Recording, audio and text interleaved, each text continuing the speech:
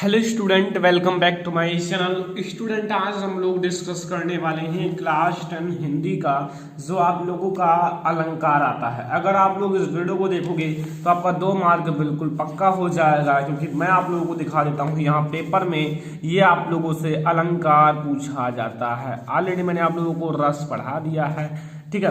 तो ये अलंकार आप लोगों से पूछा जाता है 2 मार्क का। तो इस 2 मार्क को बिल्कुल पक्का करने के लिए उत्प्रेक्षा एवं उपमा अलंकार 2 पूछा है, लेकिन मैं आप लोगों को 3 अलंकार बताने वाला हूं जो बोर्ड एग्जाम में हमेशा पूछा जाता है, ठीक है। पेपर को बेहतरीन बनाने के लिए मैं आप लोगों को जो जो बताता हूं उसे तैयार करो, फिर आप लोग रेडी हो जाओगे। खुद कहोगे यार अब हमारे अंदर जिद है बोर्ड एग्जाम को कुछ दिखाने का, लेकिन अब आप लोगों को तैयार हो जाना है, क्योंकि बोर्ड एग्जाम की तैयारी जम के करो, ठीक है। देखो, अलंकार वैसे आप लोगों को पता है काव्य की शोभा बढ़ाने वाले तथ्य जो होते हैं उसे अलंकार कहते हैं, लेकिन जो 3 टाइप्स आपके बोर्ड एग्जाम में पूछे जाते हैं वो मैं आप लोगों को डिटेल में बताऊंगा, ठीक है। तो आपको मैं 3 अलंकार बताऊंगा, और क्लास 10th में हो तो यही 3 अलंकार पूछा जाएगा: उपमा अलंकार, रूपक अलंकार एंड उत्प्रेक्षा अलंकार।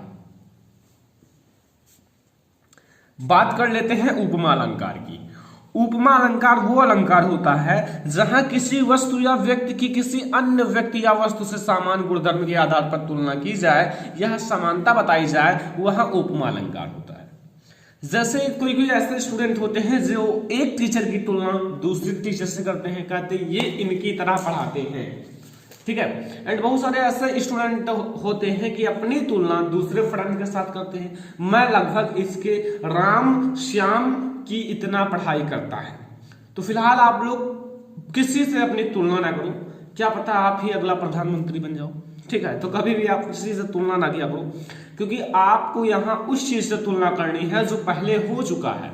जहां जो है ना किसी वस्तु या व्यक्ति, यहाँ 2 चीजें बताई गई हैं, चाहे वस्तु हो, जैसे कमल किसके समान है, ये जो मतलब आप कह सकते हो ये जो वस्तु है ये कमल के समान है, तो यहाँ वस्तु की तुलना हुई। और अगर व्यक्ति की तुलना की जाए तो जैसे राम श्याम के समान है, तो यहाँ दोनों की तुलना हुई। लेकिन वस्तु की व्यक्ति से भी की जा सकती है, व्यक्ति की वस्तु से भी की जा सकती है, ठीक है, कोई दिक्कत नहीं है। किसी अन्य व्यक्ति या वस्तु से तुलना की जाए, मतलब एक व्यक्ति या वस्तु है, किसी अन्य व्यक्ति या वस्तु के समान गुणधर्म के आधार पर तुलना की जाए, तो वहां आपका उपमा अलंकार होता है। आई होप कि आपको उपमा अलंकार तो याद ही हो गया होगा, कि नहीं याद हुआ? याद हो गया ना। तो जहां किसी वस्तु या व्यक्ति की किसी अन्य वस्तु या व्यक्ति से समान गुणधर्म के आधार पर तुलना की जाए या समानता बताई जाए, वहां आपका उपमा अलंकार होता है। तो आपको ये चीज जो है ना, ये चीज समझ में आ गया उपमा अलंकार क्या होता है, उसका डिफिनेशन। मैं आपको एग्जांपल्स तो यार इतनी अच्छा बताऊंगा ना कि आपको कहीं देखने को नहीं मिला होगा, और 2 मिनट में याद हो जाएगा, क्योंकि मैं आप लोगों को समझाने वाला हूं ना। समझाने से आपको ज्यादा बेहतर समझ में आता है। बच्चों, आप लोग एग्जाम्पल हेडिंग डाल लो, और इससे पहले लिख लेना जो परिभाषा बताया, फिर एग्जाम्पल। राधा जो है ना, राधा देखो, पेन जितना मैं मतलब पेन चलाता हूं ना उतना ज्यादा आप लोगों को समझ में आएगा, और जितना आप लोग पेन चलाओगे ना अपनी कॉपी में उतना ज्यादा आप लोगों को भी समझ में आएगा। तो राधा जो है ना, राधा के चरण गुलाब के समान है। वाओ, व्हाट ए चरण, ठीक है। मतलब चरण कितना सुंदर है, अर्थात इतनी सुंदर उनकी चरण है राधा जी की कि उनकी गुलाब से तुलना कर ली गई। जबकि गुलाब जो है ना, गुलाब इतना सुंदर होता है कि वैसा आयु की चरण कभी हो नहीं सकता। लेकिन हुआ क्या है, तुलना तो हुआ ही है, और अगर 2 चीजों में तुलना हुई है तो वो आपका अलंकार होगा, वो भी उपमा अलंकार, ठीक है। तो यहां आपको समझ में आया, जब किसी वस्तु या व्यक्ति की तुलना किसी अन्य व्यक्ति या असमान गुणधर्म के आधार पर की जाए तो वहां आपका उपमा अलंकार होगा। जैसे एग्जांपल बहुत ही अच्छा है, राधा जी जहां ना, राधा जी के जो लेग हैं यानी कि चरण हैं गुलाब के समान है। जैसे उपमेय जो है ना, उपमेय इसमें राधा के चरण है, जो मतलब जिसकी तुलना की जाती है, और जिससे तुलना की जाती है वो आपका उपमान होता है। मतलब इसकी किससे तुलना की गई? गुलाब से, लेकिन किसकी तुलना की गई? वो राधा के चरण है। और वाचक है सामान, जैसे सामान इसमें, और यहाँ जो मतलब साधारण धर्म में वो कोमल, कोमल आ गया, सुंदर आ गया तो सुंदर हो जाता है, हाँ, लेकिन अब जो आए सो उसे लिखना है, ठीक है। तो इसे तो समझ में आ गया होगा।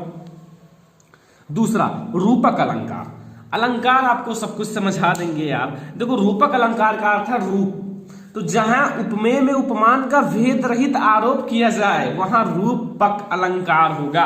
कितना अच्छा, कितना इजी लिखा गया है। दो चीजें याद रखनी है, एक उपमेय और एक उपमान, और भेद रहित आरोप किया जाता है।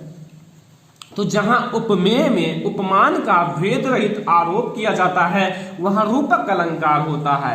रूपक अलंकार में आपको क्या बताना है कि जहां उपमेय में उपमान का भेद रहित मतलब उसमें भेद रहित होता है और आरोप किया जाता है वहां रूपक अलंकार होता है।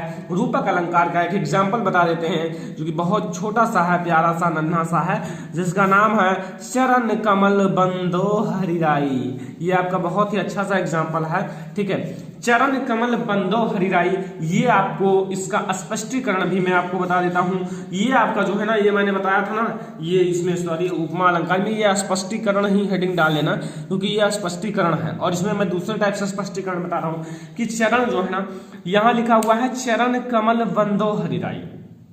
अब यहाँ कहने का अर्थ है, यहाँ चरण में कमल का भेद ना रखकर एक रूपता बताई गई है, ठीक है। मतलब भेद रहित का आरोप किया जाता है, मतलब भेद रहित ना होकर उसका आरोप किया जाता है, अर्थात भेद रहित ना होकर उसका आरोप किया जाता है। और यहाँ जो है ना, यहाँ जो चरण में कमल का भेद ना रखकर उसकी रूपता बताई गई है, एक रूपता बताई गई है, अर्थात जो चरण है ना वो कमल है, बिल्कुल कमल की तरह है, ठीक है। कोई डाउट हो तो आप लोग पूछ लो, फिर मैं आपको आगे बढ़ता हूं और सारी चीजें पढ़ाता हूं। दोनों नोट कर लो, मैं आपको 10 सेकंड टाइम देता हूं, आप लोग नोट कर लो दोनों, फिर मैं अगला अलंकार लूंगा, ठीक है।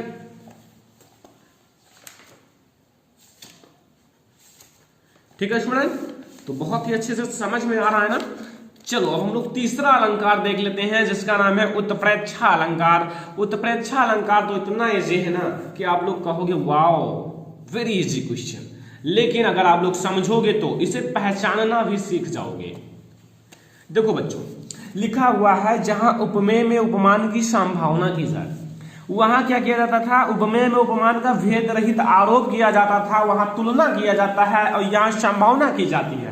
3 पॉइंट याद रखो, एक तुलना, एक भेद रहित आरोप और एक संभावना। और तुलना में उपमान, उपमा अलंकार, और रूपक में है आरोप किया जाता है भेद रहित, और उत्प्रेक्षा में है संभावना की जाती है। किसका? उपमेय में उपमान की संभावना की जाती है। जहां उपमेय में उपमान की संभावना की जाए वहां आपका उत्प्रेक्षा अलंकार होगा। और यहां आपको एक बात समझना है, अगर आपको पहचानना है तो ये जो एग्जांपल्स है ना उसमें उत्प्रेक्षा अलंकार में, उसमें मनु, मानो या मनो या मनहू या जनहू, ठीक है, ये सब चीजें ये है उत्प्रेक्षावाचक शब्द, ये सब लगे होते हैं। क्यों? क्योंकि इससे ये पहचाना जाता है, ठीक है। सबसे अच्छी बात यह है कि इसे आप पहचान सकते हो 2 मिनट में। जैसे आपके पास है ये एग्जांपल, लिखा क्या है, पढ़ो। क्लास 10 की बुक में भी है ये, ठीक है। चलो हम पढ़ देते हैं, आप लोग सुनो। मैं इसका थोड़ा सा एक काम है, ठीक है।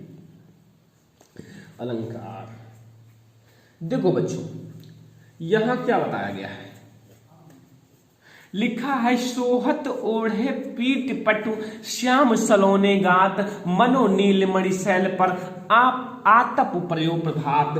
तो अब आपको ये एग्जाम्पल तो समझ में आ ही गया होगा। अब आप लोग सोच क्या रहे हैं? कुछ नहीं सोचोगे क्या कि इस पर स्पष्टीकरण क्या लिखें। आखिर सर ने तो एग्जाम्पल बता दिया, बट स्पष्टीकरण क्या लिखें? तो रोने की जरूरत नहीं है दोस्तों, क्योंकि मैं हूं तो आपको बता ही दूंगा। पेन भी धोखा दे रहा है।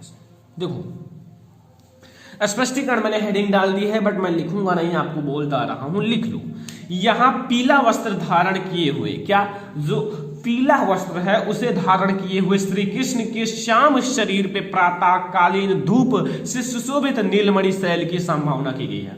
मतलब जब श्री कृष्ण जी पीला वस्त्र धारण करते हैं तो प्रातः कालीन धूप जब उनके ऊपर पड़ती है तो नीलमणि शैल के समान, यानी कि नीलमणि शैल की संभावना की गई है। अतः यहाँ उत्प्रेक्षा अलंकार होगा, जहां संभावना की जाए वहां उत्प्रेक्षा अलंकार होगा।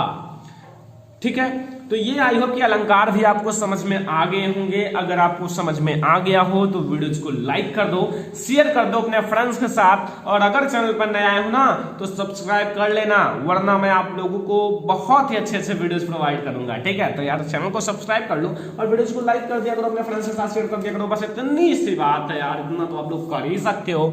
तो thanks for watching this video.